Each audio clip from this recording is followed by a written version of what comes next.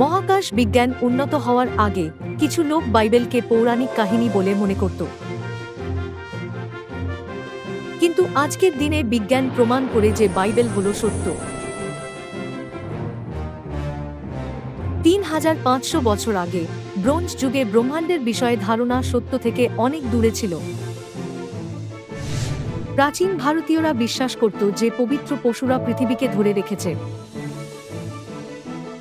প্রাচীন সুমেরীয়রা চিন্তা করত যে মহাকাশ হল সমতল।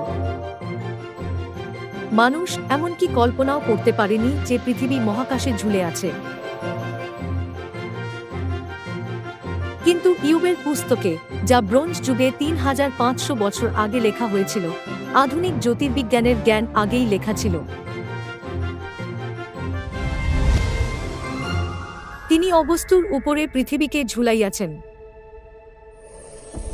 বাইবেল পৃথিবীকে এমনভাবে চিত্রিত করে যেন এটা একটা স্যাটেলাইট থেকে তোলা ছবি। ইয়োবের পুস্তক ৩৫০০ বছর আগে ব্রোঞ্জ যুগে লেখা হয়েছিল।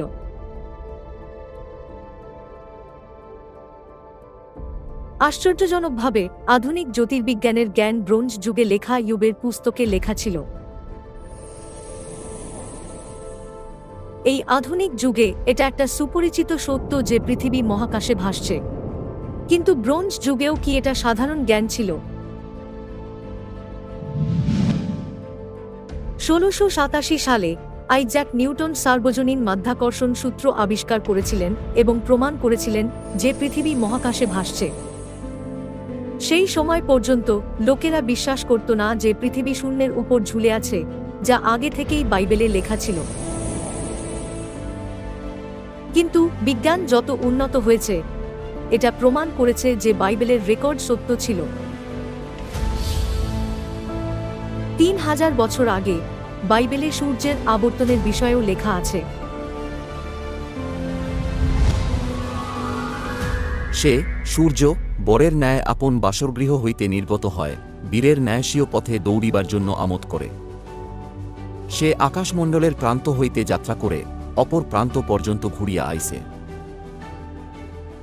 তবু ২০ শতক পর্যন্ত মানবজাতি আবিষ্কার করেনি যে সূর্য আকাশগঙ্গার কেন্দ্রের চারপাশে ঘোরে।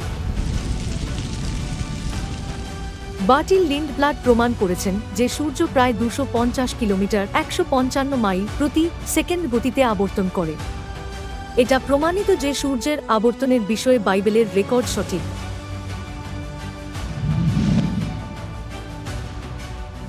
৩৫০০ বছর আগে বাইবেল পৃথিবীর অভ্যন্তরকে সঠিকভাবে বর্ণনা করেছিল। মৃত্তিকা হইতে শস্যের উৎপত্তি হয়, তাহার অধোভাগ যেন অগ্নি দ্বারা লণ্ডভণ্ড হয়। এটা হলো পৃথিবী বিজ্ঞানের একটা মৌলিক ধারণা যে যেখানে আমরা দাঁড়িয়ে আছি সেই মাটির নিচে জ্বলন্ত তরল ম্যাগমার স্তর আছে। কিন্তু ১৯বিংশ শতাব্দীর আগে পৃথিবীর ভিতরে আগুন আছে ঈশ্বরের এই বাক্যকে লোকেরা অর্থহীন বলে মনে করত। কারণ ২০ শতক পর্যন্ত পৃথিবীর ভিতরের গঠন আবিষ্কৃত হয়নি।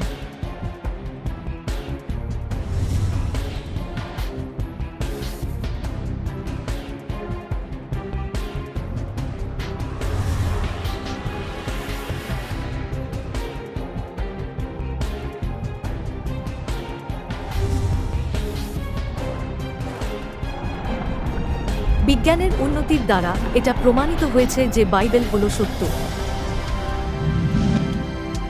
৩৫০০ বছর আগে কেউ জলচক্রের বিষয়ে জানত না।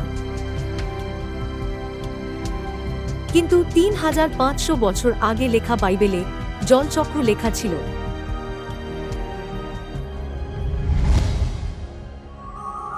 তিনি জলের বিন্দু সকল আকর্ষণ করেন, সেগুলি তাহার বাষ্প হইতে বৃষ্টিরূপে পড়ে। জলতপল তাহা ঢালিয়া দেয়, তাহা মনুষ্যদের উপরে প্রচুররূপে পতিত হয়। জলচক্রের ৩টি স্তর আছে: বাষ্পীভবন, ঘনীভবন এবং বৃষ্টিপাত। সৌর শক্তির দ্বারা লক্ষ লক্ষ টন জল নদী এবং মহাসাগর থেকে বাষ্পীভূত হয়। যখন এই বাষ্পগুলি ঘনীভূত হয় তারা মেঘে পরিণত হয়, আর যখন মেঘের বাষ্প একে অপরের সাথে সংঘর্ষ করে এবং জলের ফোঁটাতে পরিণত হয় তখন বৃষ্টি হয়। 16 এবং 17 শতক পর্যন্ত যখন পিয়ের পেরেল্ট এবং এডমন্ড ম্যারিয়ট গবেষণার দ্বারা এটা আবিষ্কার করেছিলেন, তখন পর্যন্ত জলচক্র অজানা ছিল। বিজ্ঞানের দ্বারা এটাও প্রমাণিত হয়েছে যে বাইবেল হলো সত্য।